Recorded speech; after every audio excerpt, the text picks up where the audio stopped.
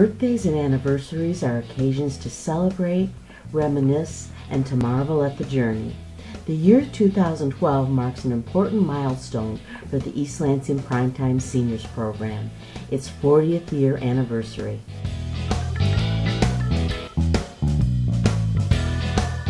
As we enter into this milestone year, it's important to take a moment to recognize 4 decades of progress in a program for active aging and the results achieved through our community's dedicated effort. The program was established in 1972 through a joint partnership between the City of East Lansing and East Lansing Public Schools. It all began in a small classroom at Red Cedar School. Teddy Stacer was hired as the director, and the program was named the East Lansing Older People's Program, ELOP. Jack Patriarch, city manager, appointed a steering committee consisting of 12 volunteers. The goal of this committee was to encourage local retirees to stay engaged, active, and involved in their own lives and in their community. Over the next decade, an assistant director, Betty Miles, was hired to help develop and coordinate a variety of home and health-related services. The services included transportation, an annual tax clinic, an annual health fair, a travel club, a small appliance repair shop, and blood pressure clinic. They also established an adult daycare program named Active Living for Adults, called Alpha, which enabled seniors with dependent spouses to continue to participate in senior center activities. These programs and services are still offered today. In 1981, the program moved from Red Cedar School into a building located at Valley Court.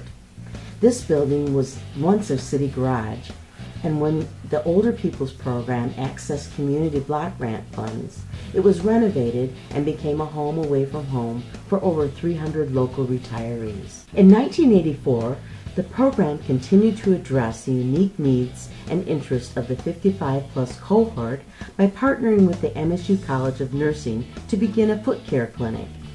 Also that year, Judy Dunn was hired as the program's first secretary. In 1986, a second community block grant was given to the East Lansing Older People's Program, which added additional space to Valley Court for more programming and to allow Alpha to expand. Ruth Yule's classic literature book discussion was one of the program's more popular offerings.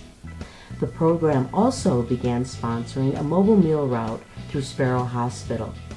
City employees later picked up the service and today sponsor the East Lansing Meals on Wheels route through the Area Agency on Aging.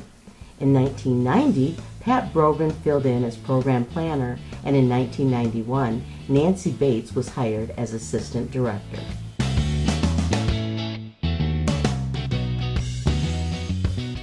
In 1992, after 19 years of service to the community, Teddy Stacer retired and Kelly Arndt was hired as the new director. That year was one of transition, as the city moved the program from under the auspice of the city and schools to a nonprofit contracted organization named East Lansing Recreation and Arts, ELRA. At this time, the program changed its name to the East Lansing Recreation and Arts Senior Program. The quarterly newsletter received a facelift as it went from a typewritten format to digital. Volunteer Cynthia Summers took a leadership role in its production. Aging in place was becoming an emerging trend across our nation. Services which allowed the older population to stay in their homes and independent for as long as possible were critical. In 1993, chore service was added to the program's expanding menu of services and is still offered today. East Lansing has the ideal environment for this kind of service, as Michigan State University fraternities pitch in with home maintenance tasks for their senior neighbors.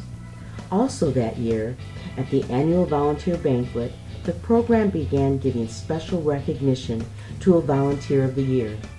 This award recognized an individual whose volunteer work inspires positive images of aging and whose volunteer hours rank among the top contributors.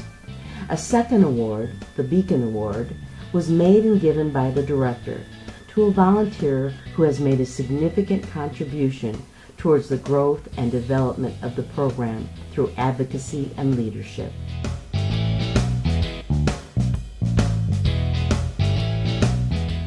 In 1994, Sharon Ferrier was hired as secretary, and Judy Dunn continued with the program as office manager. Nancy Bates went on to another career, leaving Kelly, Judy, and Sharon, one full-time and two part-time employees, leading the charge to engage local retirees in a multitude of activities and services. The program's commitment to promoting healthy and active lifestyles for adults over 55 remains strong. Active senior exercise was becoming one of the more popular fitness classes, and for those interested in intellectual pursuits, new programs were introduced. Uncommon perspectives on cultural and world affairs, music appreciation, and about-town travel became new favorites. A committee was formed to address programming within the 6 dimensions of wellness. These dimensions are physical, intellectual, social, vocational, spiritual, and emotional, and offered a holistic approach to active aging.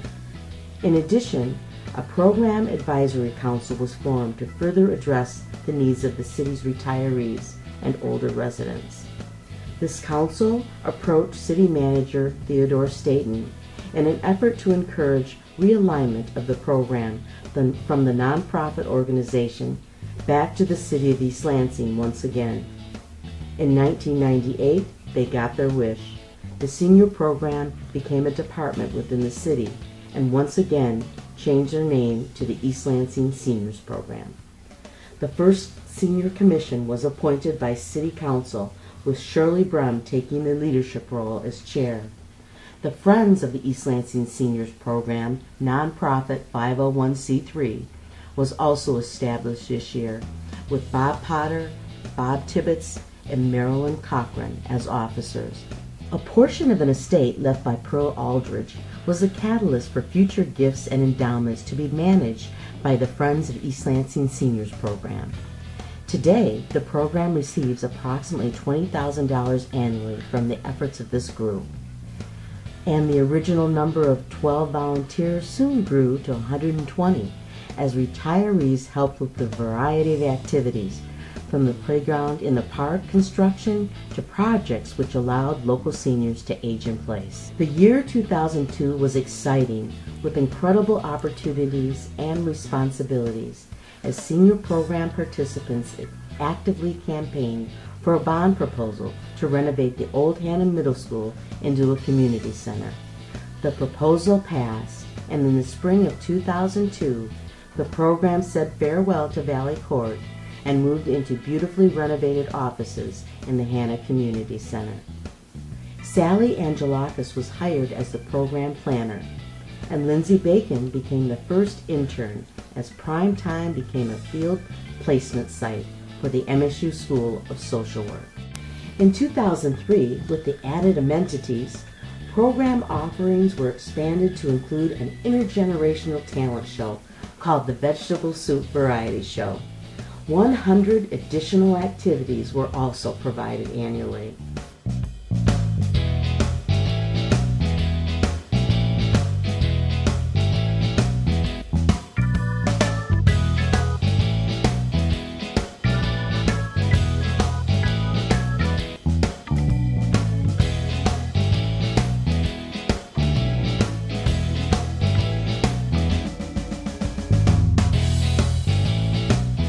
Lindsay Bacon accessed an intergenerational grant through Generations United, which began an after-school program entitled the Legacy Project, involving middle school children and older adult activities. Members also began reading to preschool children at the Bailey Community Center. In 2004, Lindsay Bacon became the new program planner. As a result of input from a focus group, the East Lansing Seniors Program added Prime Time to their name. With the new move to their new environment, participation doubled to serve 2,700 participants and 194 volunteers. At the 17th Annual Crystal Awards, the City of East Lansing recognized the East Lansing Seniors Program for service to the community, helping to make East Lansing a better place to live. In 2006, Primetime partnered with Dr. Peg Whalen from MSU School of Social Work and conducted a community-wide survey focusing on seniors' needs and interests. Primetime then began the process of becoming nationally accredited through the National Council on Aging in Washington, D.C. This is a status that is achieved by less than 1% of the nation's senior centers. The process took a year to accomplish and involved the leadership of co-chairs Dr. Eldon Nonamaker, Joan Martin Allen, and Felix Fliss, and 19 other volunteers. It was a daunting task involving volunteer hours of research, interviews, reorganization, and numbers of pages of information required by the National Council on Aging. On July 3, 2007, National Accreditation was awarded to the East Lansing Seniors Program, Primetime. Lindsay Bacon left Primetime in 2008 to become a Senior Center Director in Chelsea, Michigan, and Terry Callie, with a master's degree in social work, joined the team as program planner. In 2010, Sharon Ferry retired, and Carrie Shane stepped in as secretary. In 2011, Kate Trams was contracted to produce the new and improved monthly newsletter.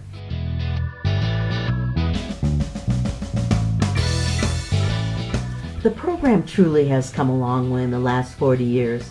According to the 2010 census, within the last decade, the senior population in East Lansing has grown by 24%, consisting of more than 11% of the city's total population. Like many communities across the U.S., East Lansing has not been immune to the effects of the economic downturn. Yet despite these challenges, Primetime remains a healthy and vibrant place. A number of factors make this possible, most notably a dedicated team of volunteers and a compassionate staff, fostering a sense of community and positive culture for the many retirees and seniors who call this city their home. These are individuals who have supported bond issues, schools, and city events, paid taxes, and served without compensation on boards, commissions, and committees to make East Lansing a better place to live. Just as society is evolving, so is Primetime, from a simple program started in 1972 to a dynamic program in 2012, offering recreational, educational, and service opportunities to East Lansing area retirees and senior citizens. We're looking forward to the next 40 years, and hats off to you, and thank you.